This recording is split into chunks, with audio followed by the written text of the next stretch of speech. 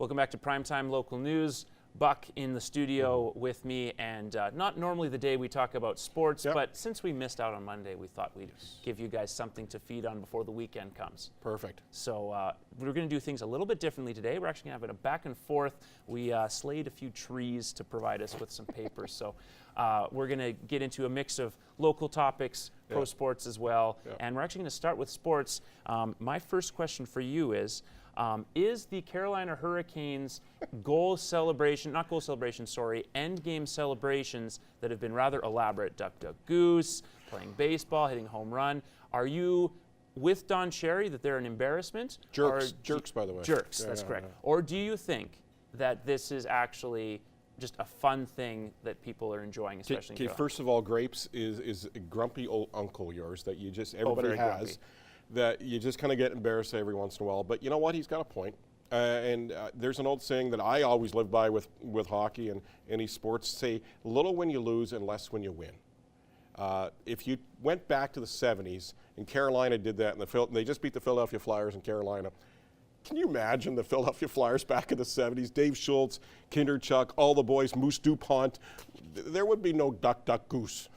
That's true. I think there would be a few other words. Yeah, it would be interesting. That aren't the word duck. They scared the Russians to go home, so maybe they'll do that in Carolina. Absolutely.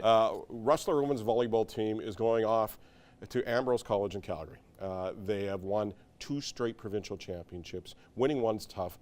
Winning 2 is even tougher. 3 is really tough. Can they three-peat? I think they can, not just because I've picked against them twice in a row and lost both times, which the girls have held against me since, but the main reason is simply they're the most experienced team at the tournament. They have proven winners. They have a group that's very dedicated to making sure that they get back to the national championship this year.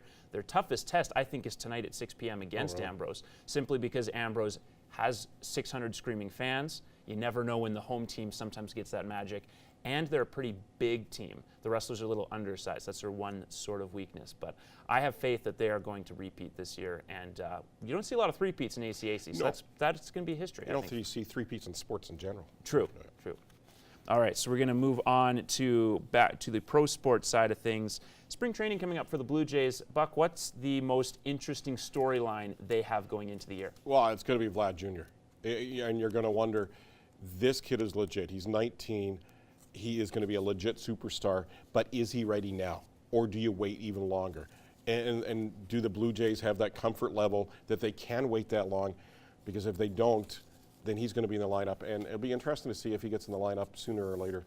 The Jays are going to have a tough year, and that might determine whether or not Vlad gets in the lineup now or down the road. But you know what? He's going to be a superstar. He's fun to watch already. And you see the highlights from the farm system that he's legit, and yeah, it's going to be interesting to see what happens there. Yeah, I think there's going to be some good attendance in those early games. Yeah, and I think so. Well. Yeah, I went down to spring training a number of times, and it's fun because it's an afternoon game and it's casual, and you get to go right up to the players and get some autographs, and it's fun to watch. Dunedin is not exactly the ideal place to go on vacation. Yeah. The sidewalks fold up about 6:15 every night, but other than that, the baseball's pretty good. Rustlers basketball. Very quick question here. Yeah, Rustlers basketball team plays their final home games on Saturday. They have a shot for a sweep. Now, can they get into third, which is more important, or is it health and seeding more important? That third spot, or just being healthy? Is that going to be the key? Yeah, I think it's you can kind of say both. I think ultimately coaches always want their teams to be healthy, but in the case of both teams, if the men can get to third place, they avoid a first-round matchup with the defending champion SAIT Trojans, which is a tough matchup, even though Lakeland has home court advantage. And with the women too, I think if they have that first place seeding instead of second place, you feel a little more confident, and you avoid the Medicine Hat Rattlers in the semis, assuming you get to the semis on the other side. So I also kind of like that matchup if they can get the higher seed. We're going to have to cut you off now, but we'll have more in the next hour on Primetime Local News. Welcome back again to Primetime Local News. Rapid fire between me and Buck on your sports topics of the day. Buck, we're going to go back to the NHL, where the Edmonton Oilers are, I think, 9 points out of a playoff spot now. Is there any hope? You're going to ask that question? Yeah, I'm going to ask that question. If they have a last prayer or hope. No, they don't have a prayer. They're a hard team to watch right now. And Ken Hitchcock is frustrated. He won't be back as coach come the fall. There's even some speculation that he may not even make it to the end of the season. He's so negative towards the team right now. No, they don't have a sniff. You look at St. Louis, you look at Chicago, two teams that are surging right now. No, and they don't deserve to have a shot. Simple as that. Zion Williamson, a Duke star, a guy that's going to be potentially, a first round, a very high NBA draft pick, blew up his runner last night, stepped through it, and Nike's doing damage control right now, believe me, and blew up his runner, has a knee injury. Should he now sit and not play in March Madness and wait for the NBA draft, or as soon as he's ready, go back on the court?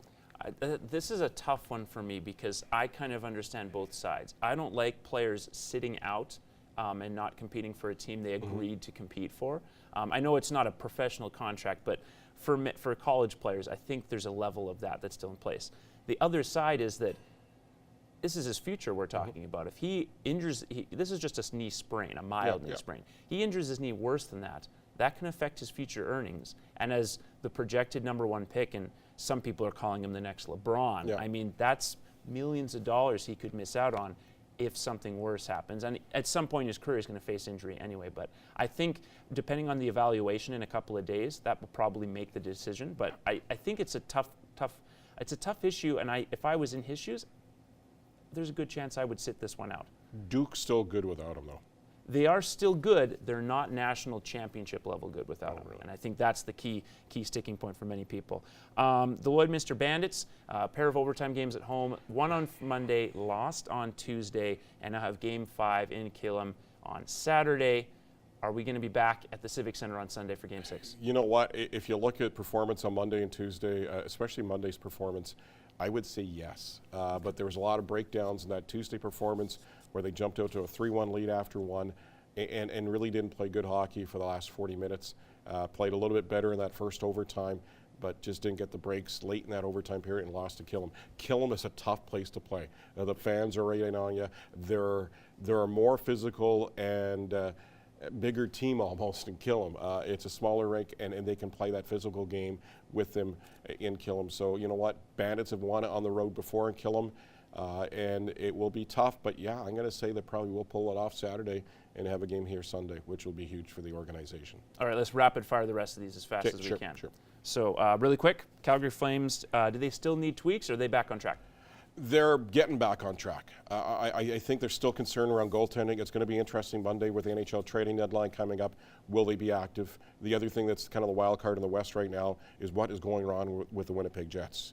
They have struggled badly. Patrick Laine is in a horrendous slump. Now, do the Jets kind of give up their future for right now? I don't think they do. I think they stay packed, but it's going to be interesting what happens on Monday on the NHL trading deadline. And one for me really quick? Sure. If you look at the CFL, they went to Italy and they locked up another agreement with another country. That's nine countries. Do you like the fact that the CFL is taking the Canadian brand all over the world now? I think anytime you have a chance to grow the brand, it's great. There's still plenty of other countries to mine still, and I don't know how big a market Italy will make compared to, say, a country like London, which has sort of embraced football, or England, sorry, that's embraced football and mostly American football. Good, nothing spectacular, I guess. Yeah, I think I take it the same way. It's 9 countries now that Randy Ambrose has gone out to and sold the game, the CFL. I just hope they don't look at expansion, just sell the game. Yeah. Don't try to put teams in there. I think people will be fine with it staying in Canada. Exactly. Its existence. Thanks very much once again, folks. We'll have more on this hour of Primetime Local News.